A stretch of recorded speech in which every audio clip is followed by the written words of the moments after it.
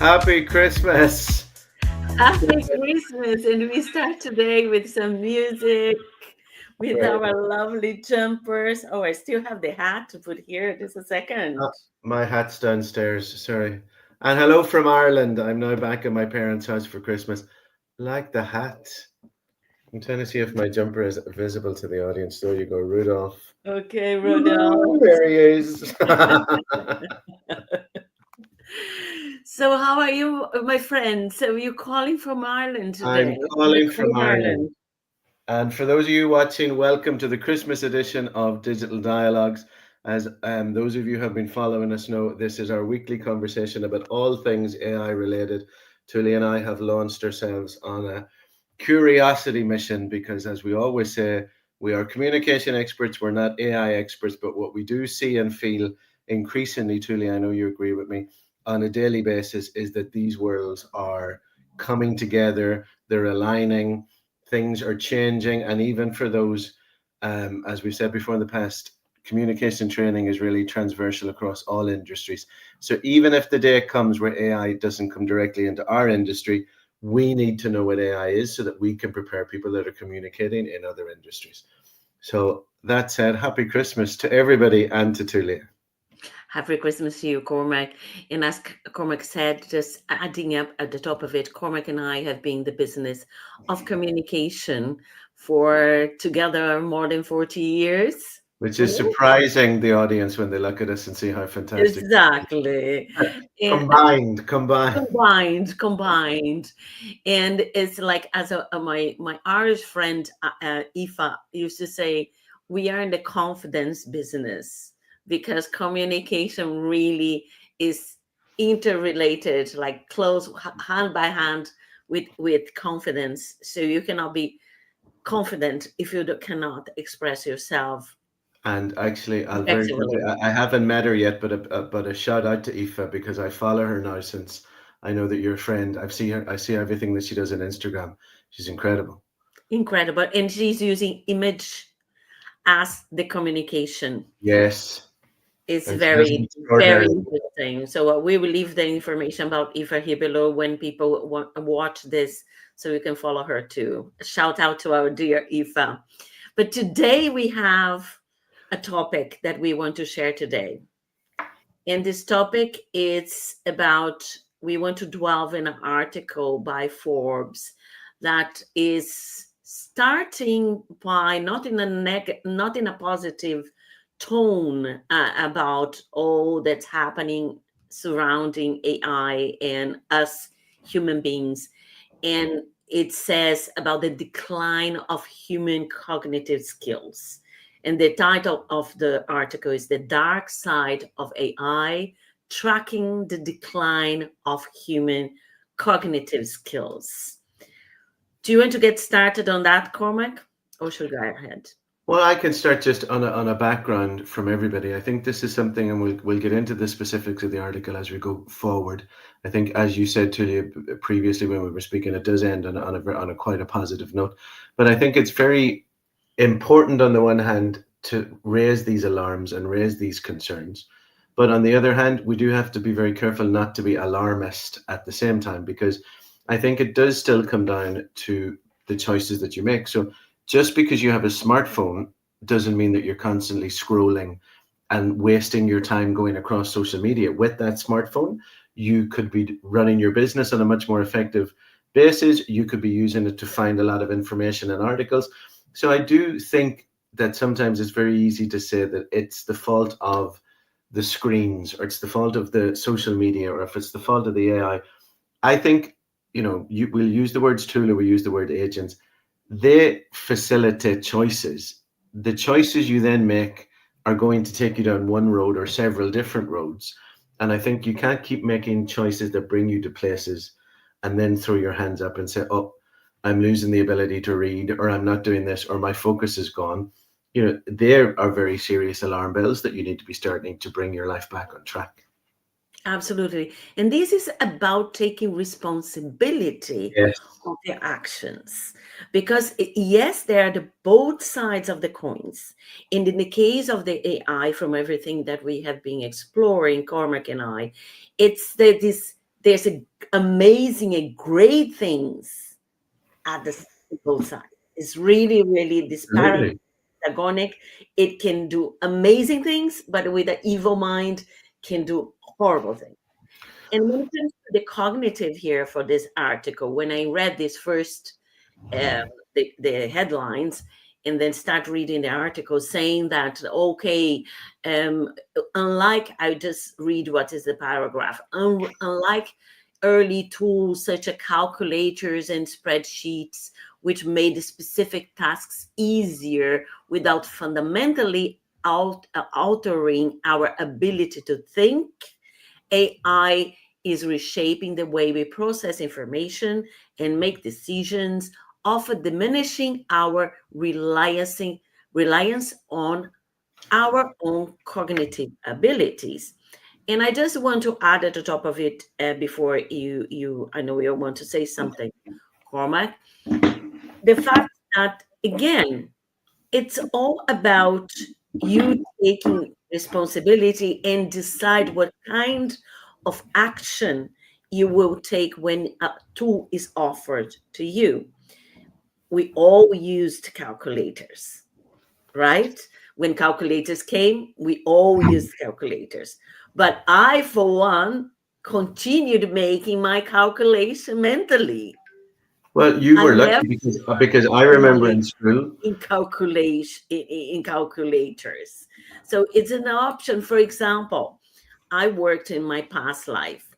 Some of you don't know, some of you might know, for more than 15 years when I lived in Ireland in IT, in the software business. So it was when I was introduced to computers. I started typing. And then I realized that I was losing my handwriting. And Yes. I consciously handwrite many things because I don't want to use that capacity, that skill, that ability. I know, of course, that for my daily work, when I need to do fast things and we are in the computer all the time, I do make the use of my cognitive writing. Sorry, of the computer, the typing. But when I am doing other tasks that I'm not in a rush, I make the use of my cognitive. So it's, again, it's all how you incorporate what is available to you. It's not, to me, it's not about replacing one by the other, but instead using those agents to augment your capacities, your what is available for you.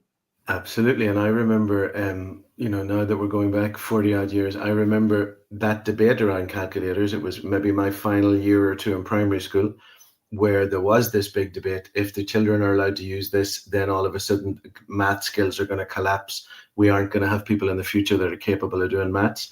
Clearly, that has been proven wrong. And there is this cycle where every so often something else comes along and people get very frightened. And I think it's very important that these things are questioned. I mean, as you know, I also have a background now in education. So there is an ongoing debate in education about the importance of kids learning handwriting versus kids going, why do I need that?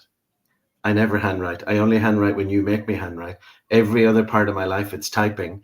It's faster, it's quicker, it auto corrects, it doesn't make mistakes. Why would I have to need to learn joint up handwriting, or why are you making me write this essay in a handwritten way? And then you have all of the other arguments from people saying, but learning how to handwrite, writing things down, it's a different memorization skill, it's a different fine motor skill, it's a different skill in terms of the way that you're able to express yourself. But for younger people, I think they don't really see it like that. And when all of these new things come into our lives, I have a friend now, you met him, Darwal, he's just won the essay competition and he's going to speak at the TEDx. And his philosophy is, these things come at humanity, everybody gets concerned about it, and then humanity adapts.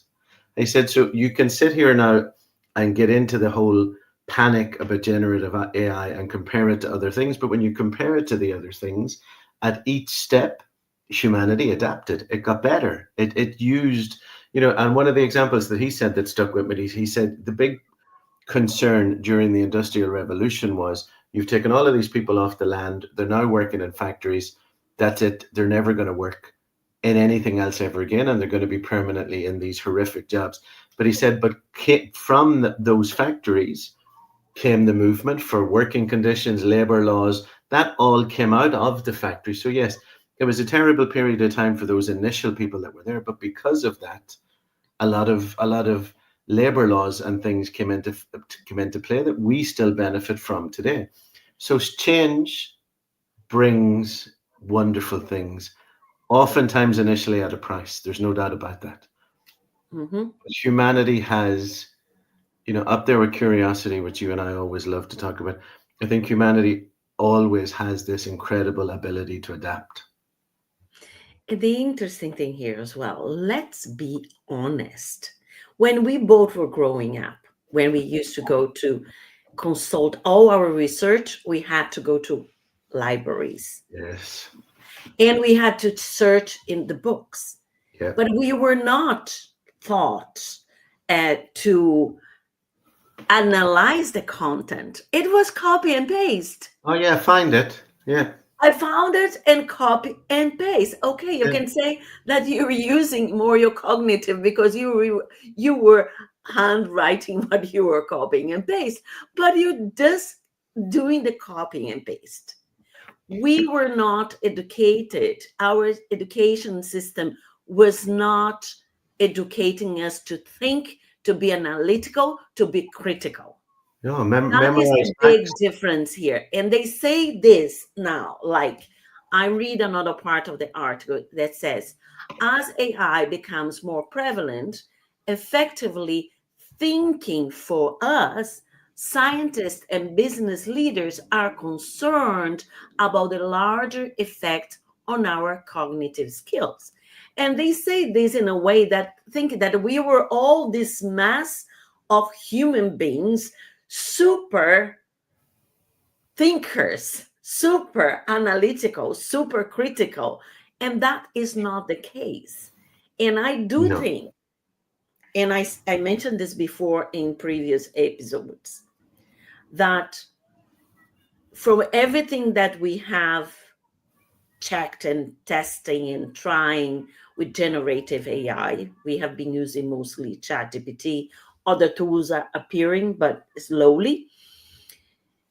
If you want to take the most of this interaction with this agent, you need to be proactive, you need to be more critical, you need to be more analytical.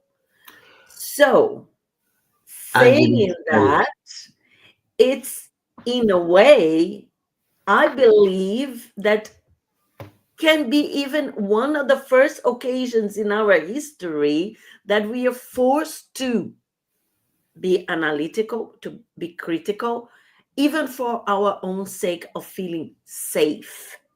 Because now it's many people we know are still super and blocked in a way. I don't want to do anything about this, which is not. We agree. We believe is not the best way to go because it's not going to go away. Is developing very fast, and we as a professional should at least understand where we are standing within the context. Well, absolutely, because you have people coming behind you, and again, I can tell you this from the school system, who are absolute digital natives that just don't think twice about these things. That, I remember having a conversation once with a group of kids when we were talking about, again, and this is your own training comes back, and the importance of being able to find information, memorize it, memorize, I don't know, capitals of the world, etc., etc. And they were going, but I can find it in 2 seconds. And you're going, yeah, but you can find it, but are you retaining it? And they're saying, but why would I need to retain it? I can find it again. Like, what almost saying to me, like, what are you worried about? If I can't remember the capital of Canada tomorrow, I can find it again in 2 seconds, and then I'll use it for what I need it for, and then I'll move on. For them, there is this sense of that it allows me to have an external brain space where I can be using my brain for other things, let's say to be more creative, to build, to be more analytical. And then when I need to find that piece of information again that I know, but I can't bring it to my brain, I find it again in a second. And these are the people that are coming behind people like us. So I think we're at a point now where our generation, we talked about this the day we spoke with Olivia, you absolutely have to at least bring yourself closer to what's happening and try to understand it and incorporate it, because it's not just the people who in your generation have done that have got a step ahead of you. It's the fact that right behind you are people coming that are already 5, 6, 7, 10 steps ahead of you, just because for them the whole thing is so instinctive. The whole thing, I can touch this, it takes me here, I know how it works. So it's very, very important, I think, for people to get over that fear, not lose the questioning element of saying, look, I'm not going to blindly accept it. Mm-hmm. Completely ignoring it and pretending it's not happening. And, you know, you and I have been in conversation sometimes with people, and I would say that, you know, a year ago, I could have put myself in this category where it was almost like I'm too smart, or I'm too intelligent, or there's a touch of arrogance that I don't need. I wouldn't get involved with that. Mm-hmm. You're Mm-hmm. looking at your nose at it, but that does come, number one, from a place of fear. But number two, it has moved that fast that that position no longer makes any sense. Yes, it I comes can from tell a you that very. as I was in that position. Mm, me too. It was about l- when it was beginning of 2023 that I started questioning the AI, the generative AI, when people start talking about ChatGPT. And I was also coming from a very skeptical position. And as you said, it's even a little bit arrogant, as if like, Yeah. I don't need this. But It's I beneath had an us. experience this past week with a group of friends, good friends. We were having a conversation, a virtual conversation, because each person is in a different part of the planet. And it was very interesting because I brought the conversation of the AI, what I'm exploring and everything. The position of some people in the group that it's not that they only don't want to get involved, but how they justify their reasons based on things that they create in their mind. Yes. When you ask, but where are you coming from with this conclusion? There's no, there's nothing there. It's just this, I don't want to lose the human side. I want to have the emotions. And but everything coming from a very, well, not really depth, like in-depth thought and analysis. It's purely emotional. In from the, I can see the fear and justifying, trying to justify the unjustifiable. Yeah, it's the emotional reaction, and then after you start to look for the logic, and then when you find that the logic might not be there, or you're not informed enough, or you don't know enough, then you just hunker down with the emotional part, and you say, no, no, no, no, no, I want humanity, or it's scary, or it's this, or it's that. I mean, I appreciate that. I was in that position. I absolutely was.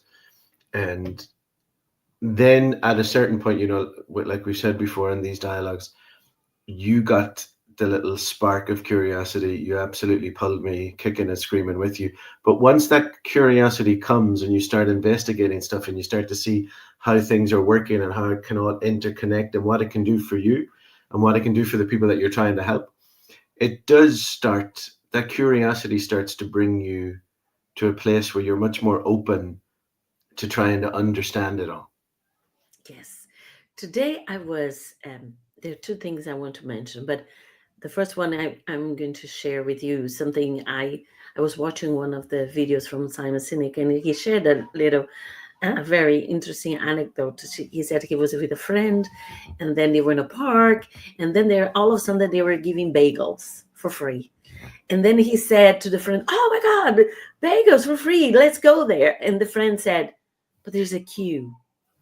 And he said, "But they're free bagels, but there's a queue." And he said, "But it's free bagels." And then the friend said, "No way, he was not going to go." He said, "Well, I'm going to go for my free bagel." And his point was the opportunity comes to you, and some people see as the opportunity, others see the problems Yeah. for the opportunities, for what could be refrain you from getting what you want. And I think this is very much what's happening now in the conversations we had with people. Today, I had that discovery about the chat GPT as a WhatsApp account. Well, Wasn't it great? it was great, but And then, before you tell people that story, it's the same thing about what Simon just did. You sent it to me, downloaded immediately, got it.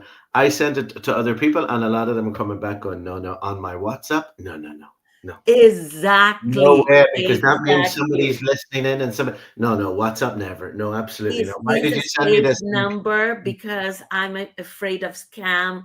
Is it Yes. okay? I understand. I understand certain concerns. Or even received a well, I done a research. The WhatsApp and the chat GPT in app is even better. That was not, I was not Point. questioning that. No, I that's was not just said, point. look what I found. I found this. This is the number if you want to get, take it or leave it. But Exactly. then, I'm not telling you that you have to use it. I'm I'm just not on a pointing commission. I'm out just that I sending found it to you. interesting. Huh? I'm not on a commission. I'm just sending it to you. If you think it's useful, Exactly. great. Exactly. If it isn't, don't. But now you It's have about Chatty on your phone. exactly. It's also about the no. I'm not saying here that everybody should embrace it. Well, I think we should be at least curious. You have all the right, by all means, to say, I don't want to have anything with it, to do with this. But the reaction is not like this. Instead of saying, I don't want to have anything with it, to do with it, people don't take the stand, but also try to find ways to put you down in your research, in your curiosity, etc. Because I think there's an underlying understanding or an acceptance with people that I can't avoid this forever, but I can enjoy avoiding it as long as possible. And so don't send me a WhatsApp link. Don't keep talking about your chatty. Don't tell me that you and Tully are doing digital dialogues.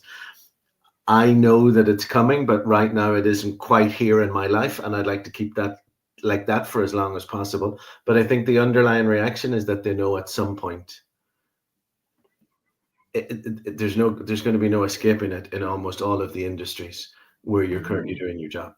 You know, Yes. today, for example, now I have my Christmas sweater on, but I was doing a little bit of last minute shopping with my sisters. It's not exactly generative AI, but the amount of shops and where we live is quite a small little town.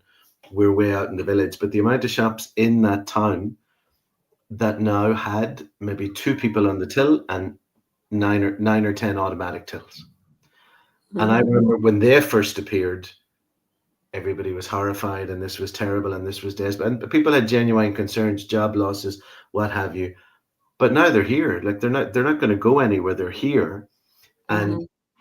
so, you can stand in the line and wait for the human person to do the same job, or you can go to that till. But this also represents what a lot of industries are going to face. I have the automatic till, I have the AI. It's going to do that particular job better than the human was doing it. Now I don't need the human. And all of that floating around in the air, I think makes people very, very nervous. Yes, absolutely. But also is opportunity for you, for everybody out there to. This is why what I said a way ago, and I repeat here, that I have this inner feeling, this from my research, everything I have been trying, that it is an opportunity to bring us back to our humanity in our dialogues. And this is why we are doing this. Why is that? Because if I can automatize boring jobs, boring tasks, I will have more time to do something more interesting. Of course, is for sure, everybody who is in the down the line assembly repetitive jobs are at risk, but are Yes. all other opportunities that will appear as well. When I send the chat GPT, WhatsApp, and then also like you, some people say, no, what I did some research and I said, how can I use this? Eh, why should I have a chat GPT in my WhatsApp if I have the app? And And what then did you find out? uh, What did you find out? I got something very interesting. For example, I'm going to put here the topics: daily productivity boost, for setting reminders, checking schedules, or managing to-do lists, for example. I never really thought to have reminders in the WhatsApp. I think it would be more effective actually than having my current calendar reminder. I Ah, so haven't tried yet. so sorry, if you set a reminder, it will send you a WhatsApp message saying, Tulia, remember You at just 10 say o'clock like, you had this. please remind me that I have a meeting with Cormac this day, and I need to do XYZ. Remind me in advance, etc. So you can give commands that you cannot do in your normal schedule. Your scheduler or is going to just give you the time or send you a notification you have a call, but these can send back to you, remember, tool, you have to meet Cormac and you have to prepare XYZ. And I found this fantastic. Yes. Right. The other one that came was real-time problem solving. What exactly? Just get instant responses for your questions. You might be in doubt about something and you just type, what do you think about this? Am I right to think XYZ? Then come to you. And that's also very Always, valuable. huh? Well, that's very, very valuable. Going into a meeting, being inside a meeting, listen, this is being said, but I want to quickly double check what's been said to me. There I go. I send the message, I get the answer back, confirming or denying what's been said in front of me, or putting a twist on it. That could be hugely important. Absolutely. And you can cross check information as well. Absolutely. Yeah. Which, bringing us back to the communication world, is something that Tully and I have been warning people for a long time now. Be triply sure of everything that you say inside your speech about facts and stuff, because with Google, people could double check in 3 seconds a fact that you've given. I would say Chatty is even faster. So be careful when you're communicating and speaking in public about the decisions you've made and the choices of what you're including, because people very quickly can almost call you out as it's happening, especially if that's in Mm. a keynote or something quite serious and you go up there and you're in fruition. And so I suppose it's also a way for you to double check. I could imagine somebody in a keynote that they've been working on preparing, previous to going on stage, they could put parts of their speech in that keynote and say, quickly confirm with me that this is still correct. Nothing has changed. So Exactly. a Or lot even of please incorporate. I've heard something from previous speaker. I want to incorporate yes, this. Where can I incorporate that? Paraphrase this for me. Ah, exactly. in a moment. The other one that came was creativity on demand, meaning, and I've tried that when I was preparing my keynote about conscious communications in the AI era. Which we should put a link to so that people can watch it. That was Exactly. Yeah. What I did was I used the voice instead of the typing. And I said to my Spocky, you said you called your chat, I said, look, I call it Spocky. I said, I have some ideas about this keynote. I want to talk without interruption. I just wanted to listen, memorize, analyze, and when I finish, I will ask you some questions and I want to answer. And it was amazing because I freely talked for, I don't know, hours. Even if I had pauses But I talked and it was recorded, talked and I continued, and then got a moment. I said, that's enough. What do you think? This is the impact I want to create. This is my audience, and this is my core message. I want this. Does it make sense what I'm talking about? And I got this analysis of my ideas, which was amazing. And I said, okay, now I wanted to help me to create a structure from this. My idea of starting, of opening is this. I wanted the core of my message to touch this point, and I want to close on that. But I need this to be broken down in three. I have 20 minutes, 3 to 4 minutes each block maximum, and with something, then I will add stories, etc. So that was my first draft of my keynote. Here's the difference. I was not copying, or was not like what I received was not my keynote, but it was a very good roadmap for me to start working in each block of my keynote. I even moved the blocks around. I test them. I then practice out loud, measure the time. In this whole process, I was always sending back to get feedback, But sending back to Spocky to get feedback. and And it was amazing what the process.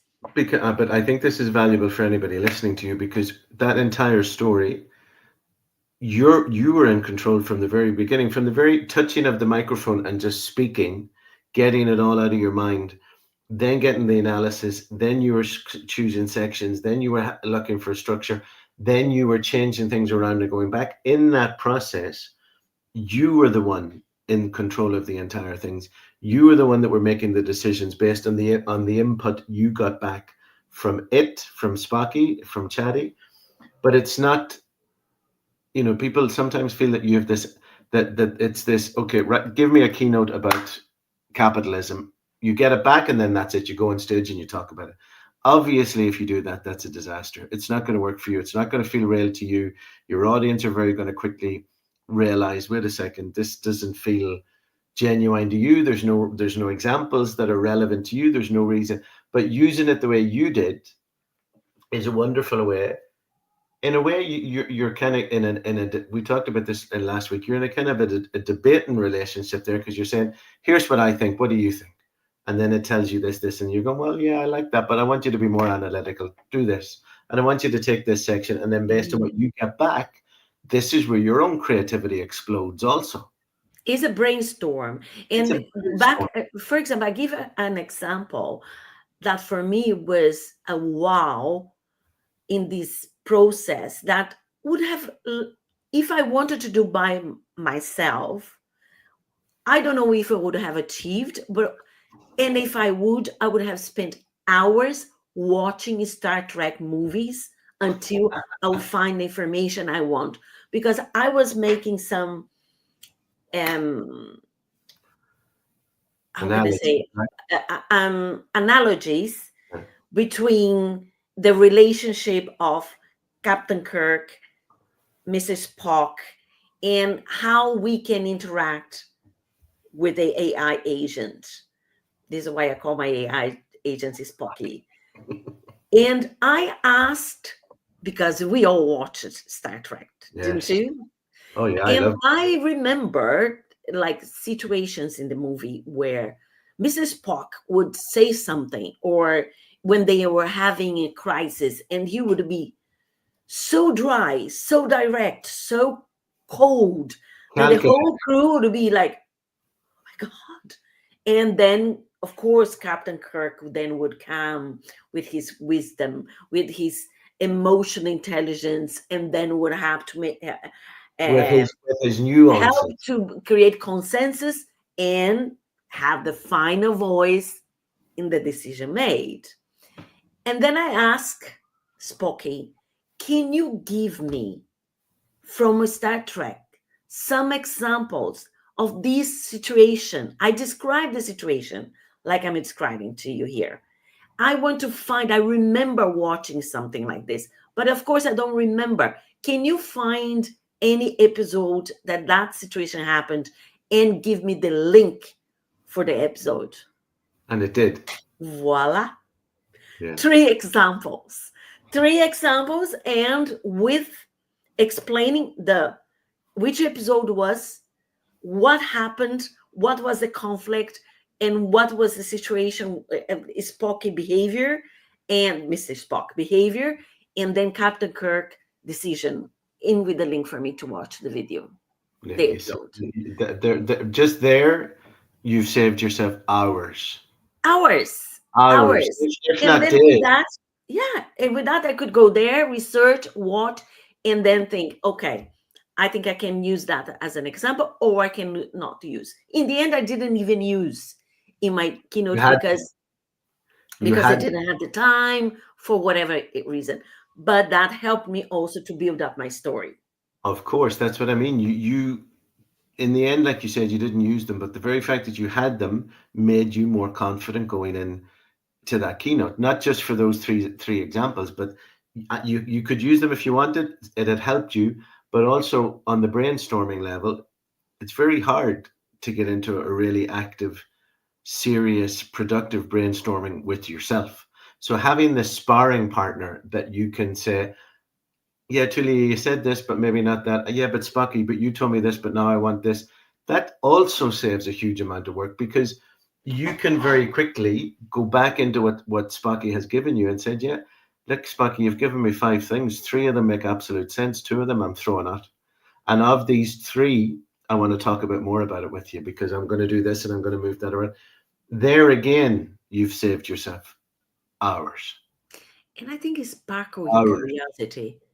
It makes you think. You probably it expands. At least for me, expands. I go to areas that I have not thought about, and then I have the opportunity to explore, and I know that the time invested is worth, and also is not going to be as if I was going to do on my own. Yes. Reading all books and etc. For example, another thing I do very often, I hear about some book, okay, and then I ask for summary. I ask, do you know, are you aware about this book? Yes or no? Yes. Can you give me the summary of this book focused on communication, on the perception of the author, why the author believed that, for example, let's say a book I have here, The Conflicted, why the author believed that conflicts are good for communication, are essential for us to grow. Can you give me a summary on that and put me the most important points? Hello, saved me to read the book, and also, and I can always go back to the book and verify, and I can always say, okay, now I want to read this book Exactly. because I That's want to know more. exactly. So it's not that, just for anybody listening going, wait a second, Tully, you're jumping ahead of the game there. You're getting a summary when there's such a wealth of information in the book. Well, first of all, you already had the book, but that summary can inspire you to go, well, I mean, if this is just what I'm getting from a summary, I absolutely want to read the whole book and I want to learn all of the examples that this author is going to give me because the summary is powerful enough to get your attention. That's great. There's Absolutely. another thing I do, Cormac. Let me share with you and everybody out there, because guys, everybody watching here, Cormac we are doing this also. It's important to know we are both in communication. We are Yes. partnering now for this 2025. We have a big planning, a big vision on how we can using AI to enhance our trainings in communication. Yeah. So this is why we are exploring all of this. And another thing that I'm doing is from a couple of years now, I use a lot audiobooks. Yes. Why? Because I was a compulsive books buyer. And I thought I'm going to have to live 3 lives in order to read everything I keep buying. And then I discovered audiobooks, and that helps me. Why? Because it's much faster Yeah. to listen to a book, and then I make up my mind. Do I want to buy this book as a source for reference? Note, it's not novel. It's all books for my work, for everything I do, not novels. And lately, what I do is I sometimes, not all the times, but when I sense the chapter is very interesting, there's some point there, some message in a chapter of the book, the audiobook, that is interesting for me as a research. I listen to the book in my computer, not in my phone, in my computer, and I turn on Author, Author AI. Author listen, transcribe everything that the reader is doing, and then author in the end can make a summary for me and also give me some important questions related to that book. Okay, some people say like, oh, this might be copyright infringement. Not really, because I'm not sharing this with the world. This is part of my research. That'll Yeah. be the same as I take the book and I make my notes handwritten. Now I get the author AI to listen, transcribe, and then I have the transcription and a summary with the most important points. And that also helped me to keep some written material related to that book, because of course if I'm listening to a book, it's very difficult to internalize the points in a chapter. You have But to have that written. yeah, and there's a lot of things you're doing there at the same time. You're listening to it, you're transcribing it, you have somebody almost that's reading it with you. You've got a summary at the end of it. You can keep that summary on your records. You know, for lots of us as well, we do, like you, I'm a compulsive reader and a book buyer. You do read that book, it stays in your memory, although, you know, it increasingly fades when other books come into it. You do think, remember that thing that I thought I read in that book, and which book is it and where is it? Exactly. And then you can't find the book, you can't, or you do find the book, you can't find the chapter, it's floating around in your head. So what you're doing here is creating a system that works for you, where you can catalog and classify the new things that you're learning, Exactly. keep them in one place, and that you can go back to them. And then that's, in a sense, well, no, in a very real way, you're building up your own personal library of thoughts and quotations and things that you can be then using in your keynotes, in your communication trainings. So it's that's one. I should try to do that too. You know, the audiobooks, I'm still dancing on the fence there. Uh-huh, uh-huh. And another point that was given to me when I was asking why should I use the ChatGPT WhatsApp, that one I really loved, and you are going to love as well, which is communication coaching, and Uh, said, what? yeah, This is in our, our, our, short speeches or speeches via text and ask for feedback. But you can also do audio as well, as I did when I was preparing for my keynote. your I keynotes. asked further. I said, like, how I can simulate challenging conversations in using the WhatsApp. Can I do that? Like, let's say, consult that I'm going to a very difficult meeting and I would like some support on how I should um, behave, or what should I say in certain situations that I know they are already crucial, or they happened before, or let's say that particular person is going to be in the meeting and that person has this behavior, for example, those ones that are always speaking over everybody or always diminishing a woman when she's speaking. This is a situation. Can I prepare myself here with you? Absolutely. And gave me In that beautiful, calm voice. me Absolutely, Julia, no step, problem. How step can I by help you step. prepare for that? What? Exactly, but we talked about this before, in that beautiful, calm tone. Absolutely, Tulia. Let me best prepare you for this conflict you're about to have with this terrible Exactly. person. Here are three things I recommend you do. Put No, that person in the face. it gave me, I'm not going to, spend the time explaining all of that, but it gave me a step-by-step guide to simulate challenging conversations. Ah. And has how many steps? Let me see here. And that was 5 steps. delivered to your phone in milliseconds, where you might now have the chance on the metro before you go to that meeting to go over those 5 points, learn them, expand them, debate them. Exactly. And the process, in a way, is the same process as when you're using ChatGPT, the app.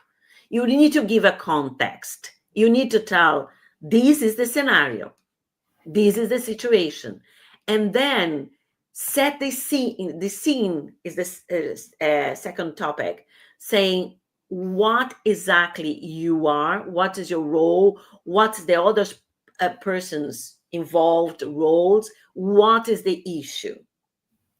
And then you can start the conversation as if, and you can say to ChatGPT, to Spocky, you are going to be this person that I have the challenge, and I want you to be really fearful, and I'm going to have the conversation with you, and this is the topic, and you have this negotiation.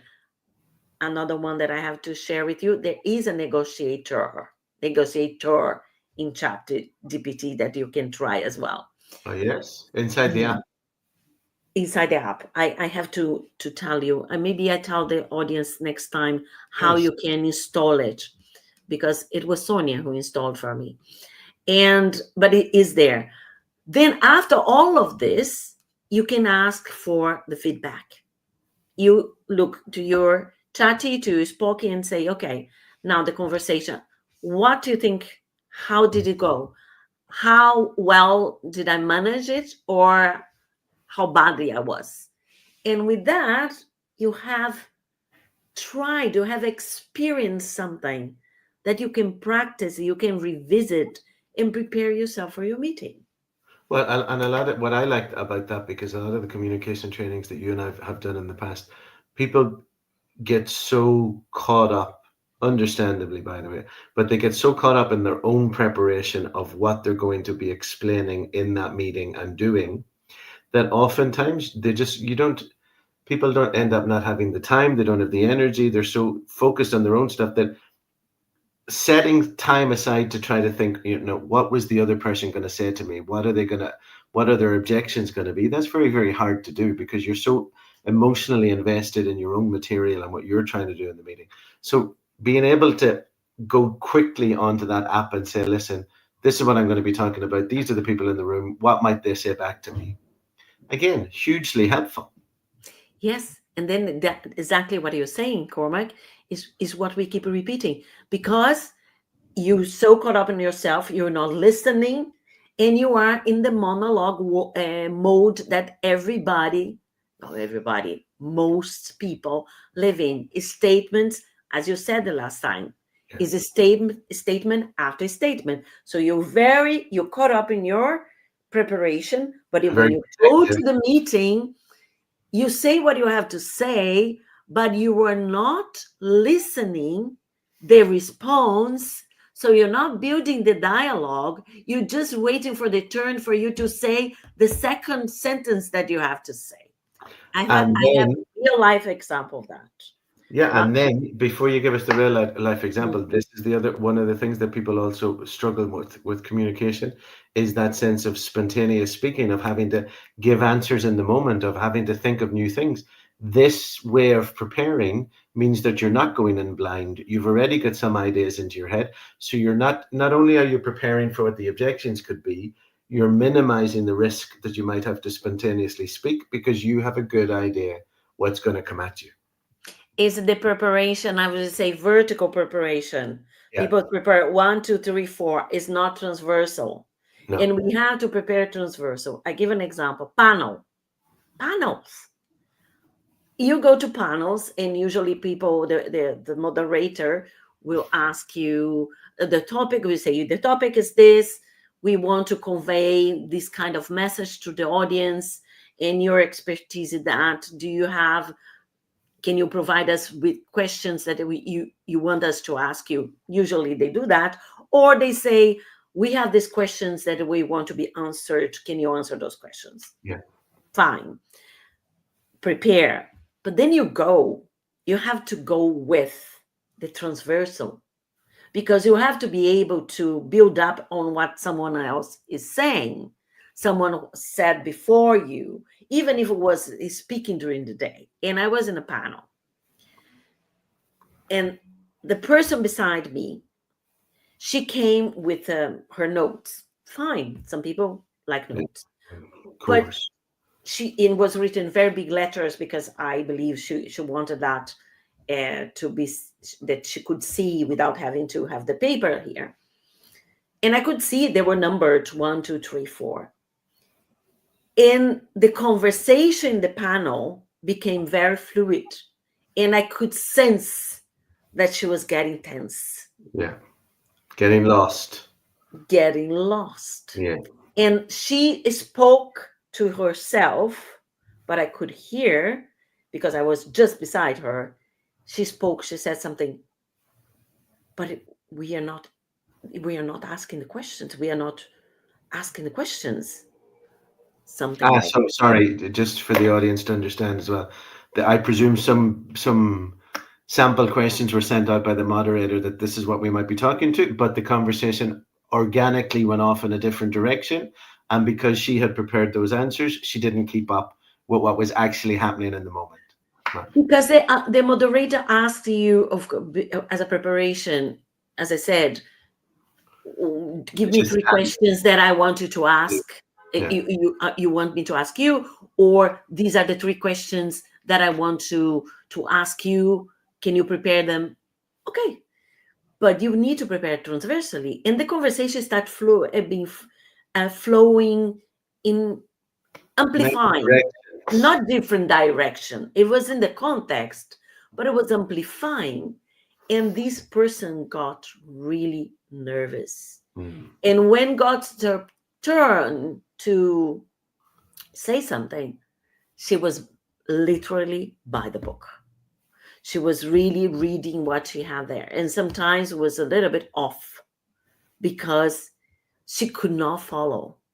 She was really tense, and she would go around, around, around, around, and then even the moderator had to stop her in a moment, which happens sometimes. That People, can if happen. you lose the track, it's the job of the moderator, keeping the time, keeping the track. It's going to stop you, and you just have to smile and continue. She got furious. She did not express like, I'm furious, but you could see that she was You could furious. see, you could tell. Yes, because then when she had to say something, she was really forceful and upset and etc. So here is the thing. Which is a shame, because I'm sure that person, after the fact, wouldn't have wanted that to be the perception the audience had of her. Wouldn't have wanted the audience to think, why is this person so aggressive almost, or why are they appearing angry? But because the conversation didn't go the way she had expected to go, which is every panel I've ever been on or moderated, the conversation, and really anybody that's on a panel, again, just communication tips for anybody watching us. Like Julia said, it's get your preparation done, absolutely, but be on your toes, that you can weave your preparation in a way that feels very organic as the conversation is happening. Because if you pull the emergency brake and stick to your points, then it's very evident for everybody on the panel and the audience that you're really not keeping up with what's going on. You're not confident enough. You're not Yeah. prepared, well prepared, because this is the big difference. I say to my clients and students, you have to take the information from here to here, Yeah. meaning you have to internalize what you want to say when you're speaking, when you're panel, in your content, so much that you don't think about it anymore. It flows from you. The message comes because it's in your bones. You know what you're talking about. So then you have the opportunity to free your mind, to observe, to listen, and to interact. Yeah. Before that, you can't, No, you because can't. you have your brain, your mind so busy with what you have to say that you're not listening. And so that's exactly what happens in meetings, the difficult conversations, the negotiations. People are so much with the thing on their head that they get there, they're not But listening. I think you've explained that beautifully. And again, anybody watching this from a communication angle, if you go into a scenario like that, let's just go back to the panel, but it's relevant to anything. You go into that panel and you have prepared these 3 points, and you're determined that you're going to get to say them. The stress and the nervousness and the pressure that's now on you to produce these 3 points at the right time in the right way, when you see the conversation starting to float in different areas, but you still feel that pressure of, I have to say these 3 things or the panel's not going to work for me. You've really created a very serious series of obstacles for yourself there in terms of getting that across. It's like you said, and if you internalize it and you have it in your heart in that way, you could be giving the same message across a week's worth of different interventions, and each one of them you might use different words and examples, but each time you're making the same message. And I want to make a note and give a message to the ones watching there from the perspective of someone with experience for many years. Don't keep pulling Do out the not 4 years. fall, We're do not experienced people. fall into the trap that to be authentic, you cannot prepare too much, because then you lose the authenticity. I read this comment in LinkedIn several occasions from different people, and also heard people saying that, no, I cannot prepare too much because then I'm not spontaneous, I'm not myself. This is BS, and this is a trap, because you can only be authentic, spontaneous, when you have the information in your bones that is so much into you that then you're spontaneous. And for that is preparation, and more preparation. So there's Yes, no and way to escape. there's no way to escape it. It's also, we've talked about this. I've dealt with this again and again with the MBA students in ASA and in my trainings, and I know you have too. Preparation is such a personal thing. And so I agree with you. Preparation is golden. It can never be set aside. But you do have to find a way as a person to figure out, how do I best prepare myself for this? Am I someone that has to memorize every word of my speech? If that's what makes it work for you, fantastic. Am I somebody that can go into with my 3 bullet points, but behind those bullet points are an enormous amount of invisible work and preparation that I can condense it to those bullet points and then use them effectively? That's wonderful. I think a lot of people as speakers don't come back and ask themselves that questions, and they start to look around for um, schemes. They start to look around for things, that templates. Oh no, so I went to a training and somebody told me I have to memorize every word. Okay, that's it. I have to. Okay, but is that the way your brain works? Is that going to work for you? Like, that's great advice for somebody whose brain works like that. What way does your brain work? How do you Exactly. memorize things? How do you reproduce things that you've learned? Once you've asked those questions, then you can kind of cherry pick the advice that works for you. And I agree with you. Preparation can never, ever, ever be lost or jumped. But once you know how you personally prepare, that's when your preparation becomes. Exactly. And for me, like the AI agent, the ChatGPT, the generative AI, has been an extremely good tool for me in my preparation. Yeah, It might not be for the other person, might not find the value to prepare the same way I do. And as I gave us few examples here, nevertheless, I do believe that a tool, you can still use it in a different ways and take the most of it. of It would course. be a little bit a loss if you don't take advantage of at least becoming curious about this tool that's there for all of us to explore. On a personal level, on a professional level, getting to know this tool, this agent, this Spocky, Chatty, whatever name you decide to put on it, it's not a substitute for your friends and families and co-workers. It's not going to solve your deepest problems. or conflicts, but it is going to be a wonderful research assistant, a wonderful advisor, a wonderful brainstorming partner, a wonderful debating tool that you can use so that you can bring clarity to what you're trying to do. And then, of course, it's always on your shoulders. You go in yourself as the human and you perform what you need to do to the best of your abilities to get what it is that you're trying to do and to achieve that. But this tool can help so much of that invisible work. It can take it off your shoulders. And oftentimes that's the invisible work that drags people down. That's the I don't have time to do a keynote because it takes so long to prepare, etc., etc. So And we find Cormac, ourselves that maybe more people are doing keynotes because they can prepare for them better. Brilliant. absolutely. And now we have to close our Christmas edition, but we close with our core message. 1, Two 2. is there. Okay, Everything. we're gonna say it anyway. No, 1, 2, 3. Everything. Everything starts with communication. Happy Christmas, everyone. Happy Christmas. Bye.